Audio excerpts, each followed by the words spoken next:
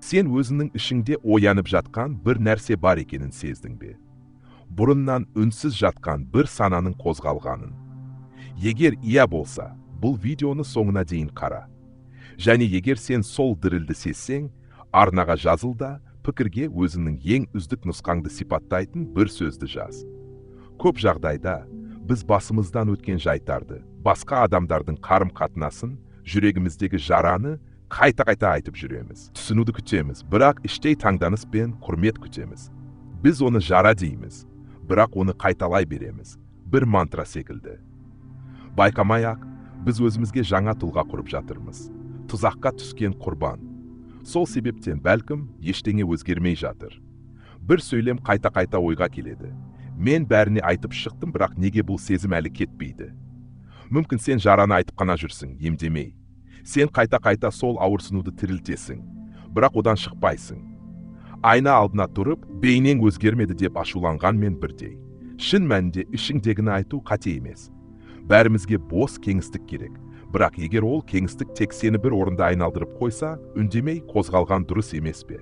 Себебі расында қайта-қайта айтылатын оқиға. Миды шатастырады, не өткен, не қазір ажырату қиын. Тіпті одан да жаманы, сен өзіңді жәбір көрген кейіпте жайлы сезіне бастайсың. Себебі құрбан болу жауапкершіліктен босатады, жай ғана қайғыру жеткілікті. Сондықтан тоқтат, бір оқиғаны қайталай беруді доғарда, өміріңді үнсіз өзгертуді баста. Шағын қадамдардан бастау ал. Хабарлаудың, қошеметтің қажеті жоқ. Себебі шынайы өзгеріс. Ешкімнің көзінше болу шарт емес. Және егер айтпасам, менің күресімді кім біледі, деп сұрасаң, жауабы ешкімнің білуі шарт емес. Себебі нәтижең сенің хикаяңнан да айқын сөйлейді. Бұл видеода мен сені стоицизмнен алынған 7 өмірлік сабаққа терең үңілуге шақырамын. Егер түсініп, қолдана білсең, өмірің түбегейлі өзгереді. Ешбір бөлігін өткізіп алма. Және арнаға жазылы пікірде сені қатты толқытқан сабақты жаз. Бастайық.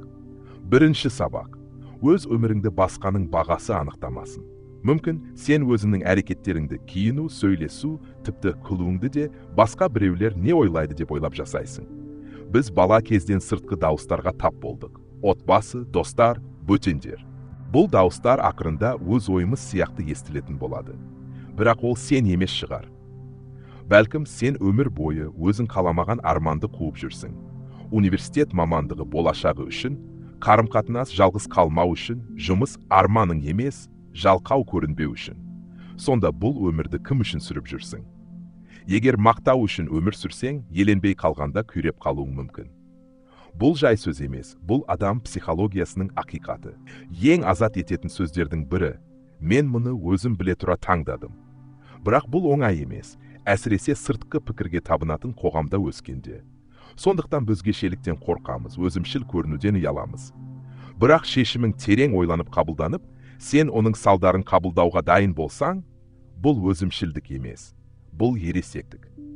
Бұл бүлікке емес, терең ойға шақыру. Өз-өзіңе сұрақ қой, бүгінгі шешімдерімнің қаншасы менің шын қалағанымнан шықты? Елестет, өміріңді ешкім білмейді. Лайк жоқ, пікір жоқ, мақтау, сын да жоқ. Сонда да сен дәл осылай өмір сүрер ме едің? Әлде сен ұғынып қалар ма едің? Көп нәрсені өзің үшін емес, танымайтын көрермендер үшін жасап жүрсің. Біз шулы көп заманда өмір сүрудеміз. Бәрі естілуін, бағалануын қалайды. Бірақ ең қатты дауыс әрдайым шындық емес. Шын жүректен шыққан үн көбінесе жай ғана сыбыр. Зерттеулер көрсетеді. Әлеуметтік қысымда өскен адамдар жеке шешім қабылдауда қиналады. Олар сыртқы растауға үйреніп қалған, онсыз өз жолын таба алмайды. Тіпті өзіне ұнайтын іс жасаса, айналаның үмітіне сай болмағаны үшін өзін кінәлі сезінеді. Егер сен де осылай сезінсең, жалғыз емессің. Бірақ сен сол шатасуда мәңге қалуға тиісті емессің. Шығу жолы барлық сыртқы дауысты өшіру емес, ішкі дауысты тыңдаудан басталады.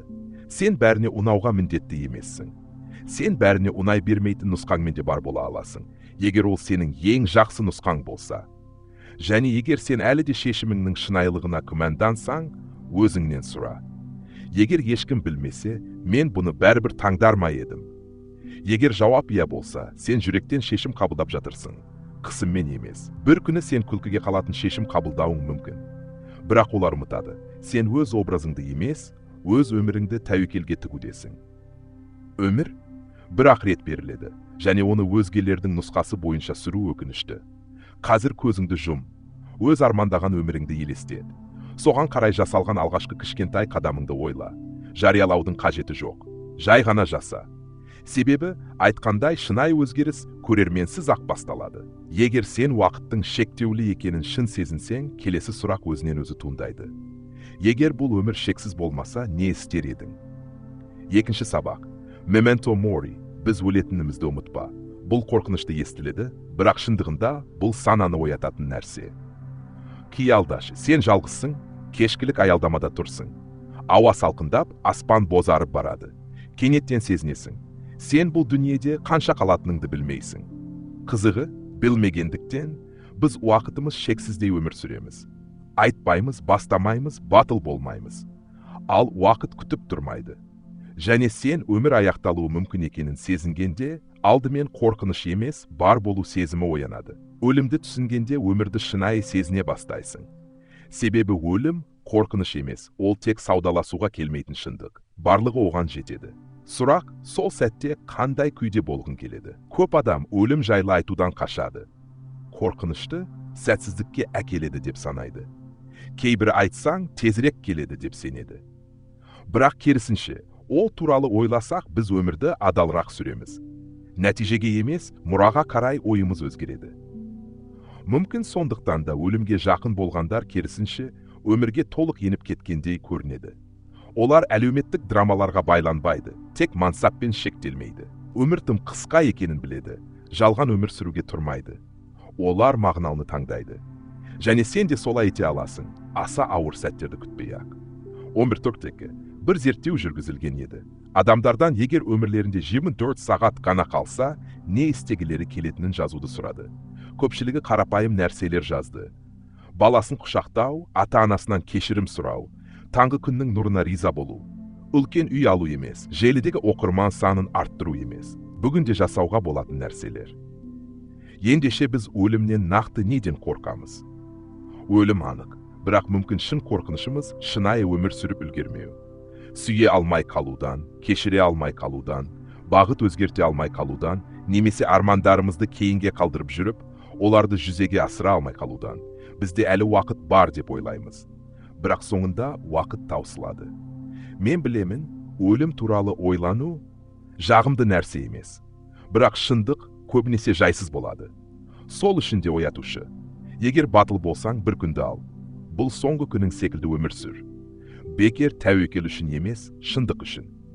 Кімді шын хабарласқың келеді, неден бастағың келеді, нені аяқтағың келеді, соны өзіңе айт.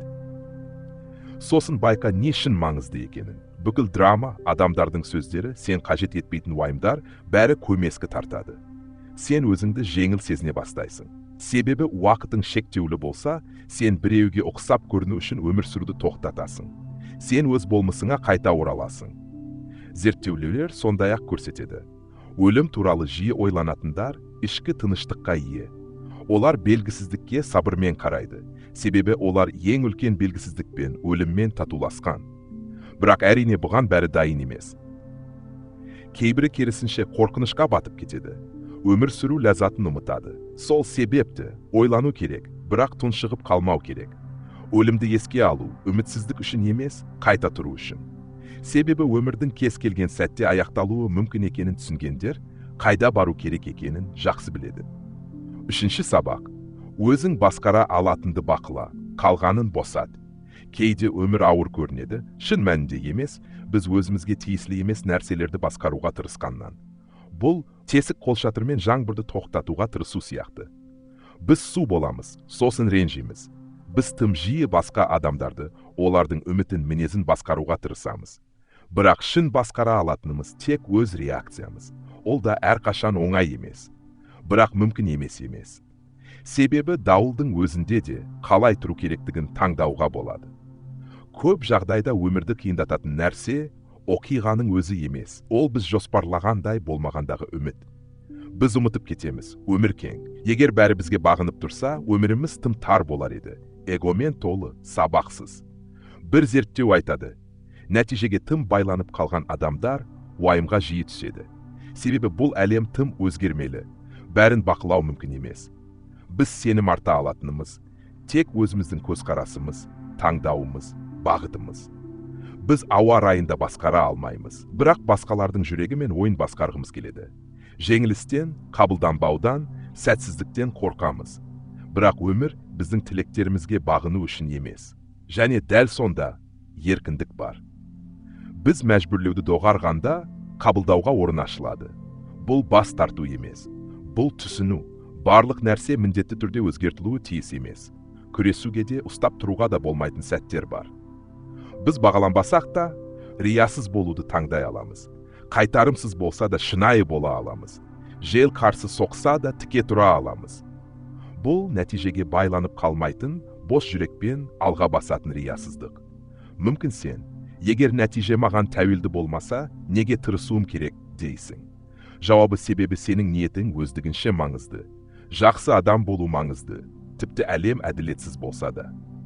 Елестетші, егер сен тек өзің басқара алатын нәрселерге көңіл бөлсең, уақытыңа, ойыңа, сезіміңе, әрекеттеріңе не өзгерер еді? Бәлкім сыртқы әлем емес, бірақ ішкі әлемің тыныштық табар еді. Және бұл көбіне жеткілікті. Бұл берілуді білдірмейді. Бұл шекара орнату, энергияң мен ақылыңды қорғау үшін. Әлемнен алыстау үшін емес, бірақ оның ішінде жоғалып кетпеу үшін. Қазір бір сәт ойланып көр. Сен қашаннан бері ұстап тұруға тырысып жүрген не нәрсең бар? Мүмкін бір адам, мүмкін өткен шақ, немесе қайта-қайта сәтсіздікке ұшыраған жоспар. Бір сәтке босатып көр, кеңістік бер. Саған керек нәрсе шешім емес шығар, үзіліс шығар.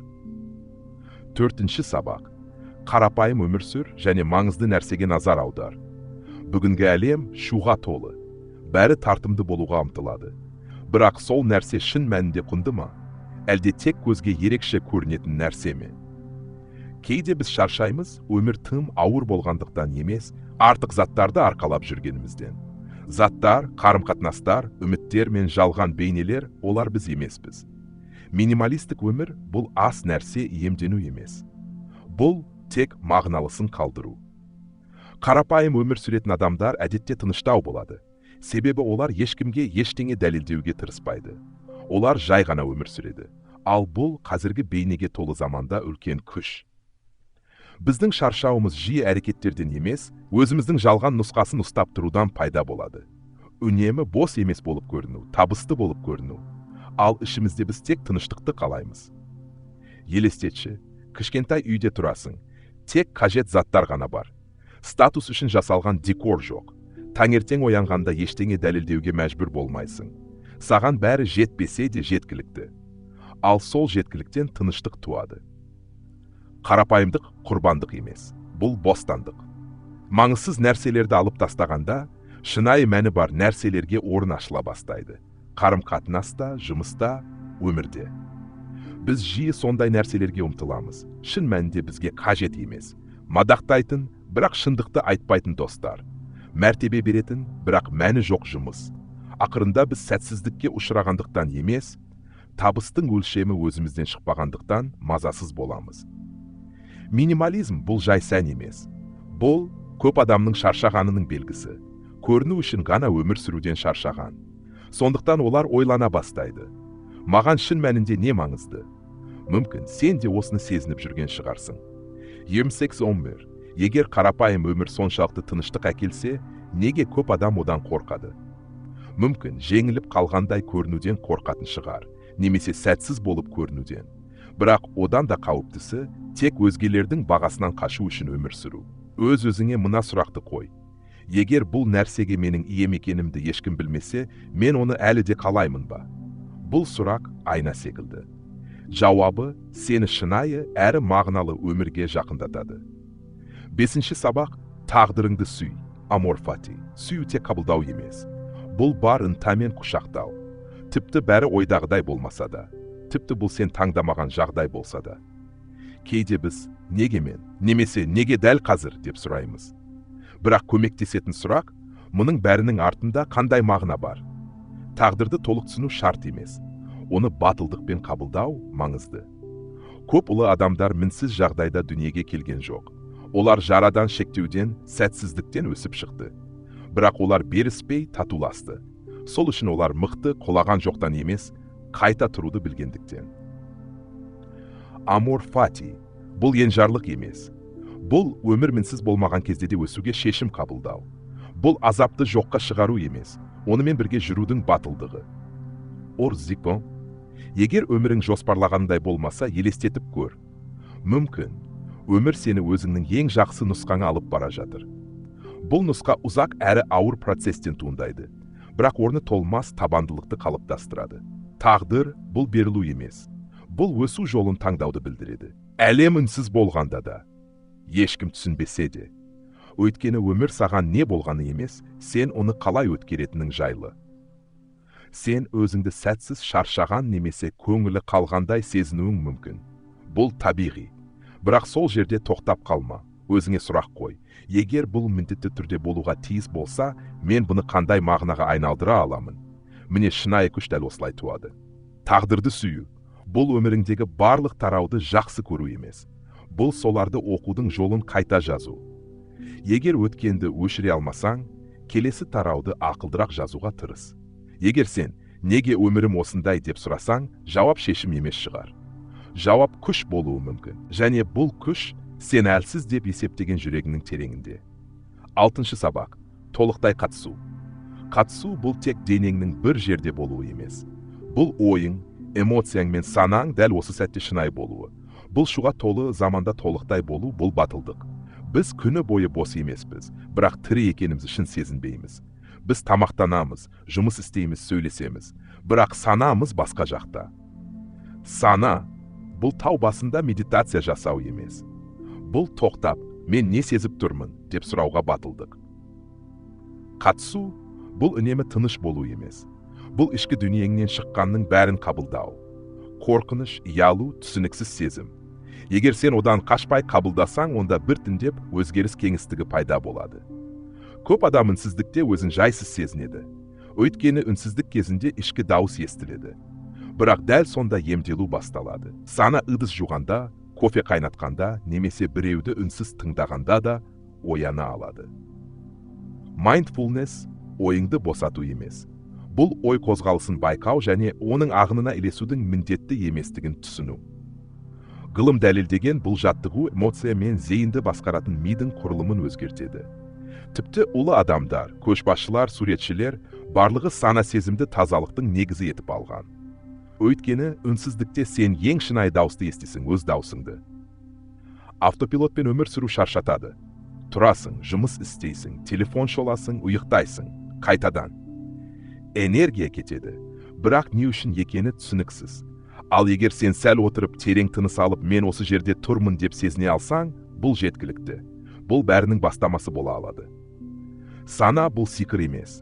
Ол мәселені бірден шешпейді, бірақ ол үзіліс береді. Ал сол үзілісте біз бағыт табамыз. Егер бүгін өмірің шатасқандай көрінсе, тынысыңнан баста. Бір сәттен баста. Кейде дәл сол жеткілікті. Соңғы сабақ. Изгілік басты мақсат. Біз жиі естиміз, жақсы адам бол, бірақ жақсы болу қашан оңай емес. Кейде бұл ауыр жүк сияқты, немесе әлсіздік болып көрінеді. Бірақ шын мәнінде жақсы болу бұл нағыз күш. Өзіңді адамдар көп жиналған жерде елестет. Екі жол бар, бірі жылдам әрі тайғақ, барлығы сол жаққа бет алады. Екіншісі баяу, тыныш, тасты. Бірақ соңында тыныштық күтіп тұр, өйткені сен өзіңе сатқындық жасамадың. Міне, осы изгілік. Жақсылық бұл көрсеткіш емес. Бұл ешкім көрмесе де дұрыс нәрсені таңдауға дайын болу. Мадақ болмаса да, басқалар түсінбесе де. Кейде бұл үшін шаршайсың. Кейде сені дұрыс түсінбейді, менсінбейді, немесе айлакер адамдар жеңіп кетеді. Бірақ сен изгілікті таңдасаң, ешкім сатып ала алмайтын негіз салып жатырсың. Бұл кез келгеннің қолынан келмейтін күш. Егер жасаған жақсылығың ешкімге белгісіз болса, танымал болмаса, саған қайтып келмесе, бәрібір жасайсың ба? Егер иә десең, онда сен жай ғана жақсы адам емессің. Сен сол жақсылықтың өзісің. Изгілік әрдайым керемет бола бермейді. Кейде бұл өсекке қосылмау, тыңдай білу, немесе ар-ұятыңды мазалаған сәтте жоқ деп айту. Бұл да изгілік. Kirkby зерттеулер көрсеткендей, тұрақты құндылықпен өмір сүру өмірге терең мағына сыйлайды. Сен бәріне ие болмауың мүмкін, бірақ сен кім екеніңді білесің. Және бұл еш нәрсемен ауыстырылмайтын нәрсе. 45 мінсіз болу міндет емес. Бірақ егер әр таң сайын мен өзімнен ұялмаймын деп айта алсаң, бұл ең шынайы бақыттың түрі. Осындай өмір үшін күресуге тұрарлық. Енді көз алдыңа елестет. Бір күні сен қартайдың, верандада отырсың. Өкініш жоқ. Өйткені өмірің мінсіз болғандықтан емес, әр қадамың шындықтан құралғандықтан. Және бұл жеткілікті. Сонымен алдыңғы 7 сабақтың ішінде сені ең көп толқытқаны қайсысы? Дәйек сөз емес, сан емес, сезім. Егер осы жерге дейін өткізіп алмай тыңдасаң, бұл сен тек тыңдаған жоқсың. Сен шынайы болдың. Бұл керемет. Біз өмір тек үлкен сәттерден өзгереді деп ойлаймыз. Бірақ кейде бәрі бір сөйлемнен басталады. Бір тыныстан, бір түсініктен мықты болуға міндетті емеспін. Шынайы болсам жеткілікті. Бұл бетбұрыстың бастамасы болуы мүмкін. Бәрін есте сақтау міндет емес. Тек бір сабақты есіңде сақта. Сен үшін ең маңыздысы. Келесі 7 күнге сол сабақты компас етіп ал. Керемет болу үшін емес, шынайы болу үшін. Егер бұл сабақтар тек ойында қалып, дүкен тізімі сияқты ұмытылып кетсе, ештеңе өзгермейді. Бірақ егер сен оны жүрегіңде сақтасаң, ол өседі. Баяу, үнсіз, дән сияқты. Келесі қадам, біреуін таңда, қайталашы, жаса. Егер шағым айтқың келсе, алдымен сұра. Мұны мен басқара аламын ба? Егер жоқ болса, босат. Егер иә болса, әрекет ет. Бар болғаны сол. Ертең қайтала. Егер осы жерге дейін тыңдасаң, демек ішкі даусың сөйлей бастады. Тыңда оны. Дереу ушуға қайта оралма. Біраз отырыңыз. Терең тыныс ал. Өмір ең үздік нұсқа болуға жарыс емес. Кейде өмір сенен шынайлық қана күтеді. Және сол шынайлық бәрін қайта мағыналы етеді. Қатысқаның үшін рахмет. Кеңістік бергенің үшін рахмет. Енді бір ғана кіші қадам жаса. Қалған қадамдар соңынан ереді. Сен жалғыз емессің.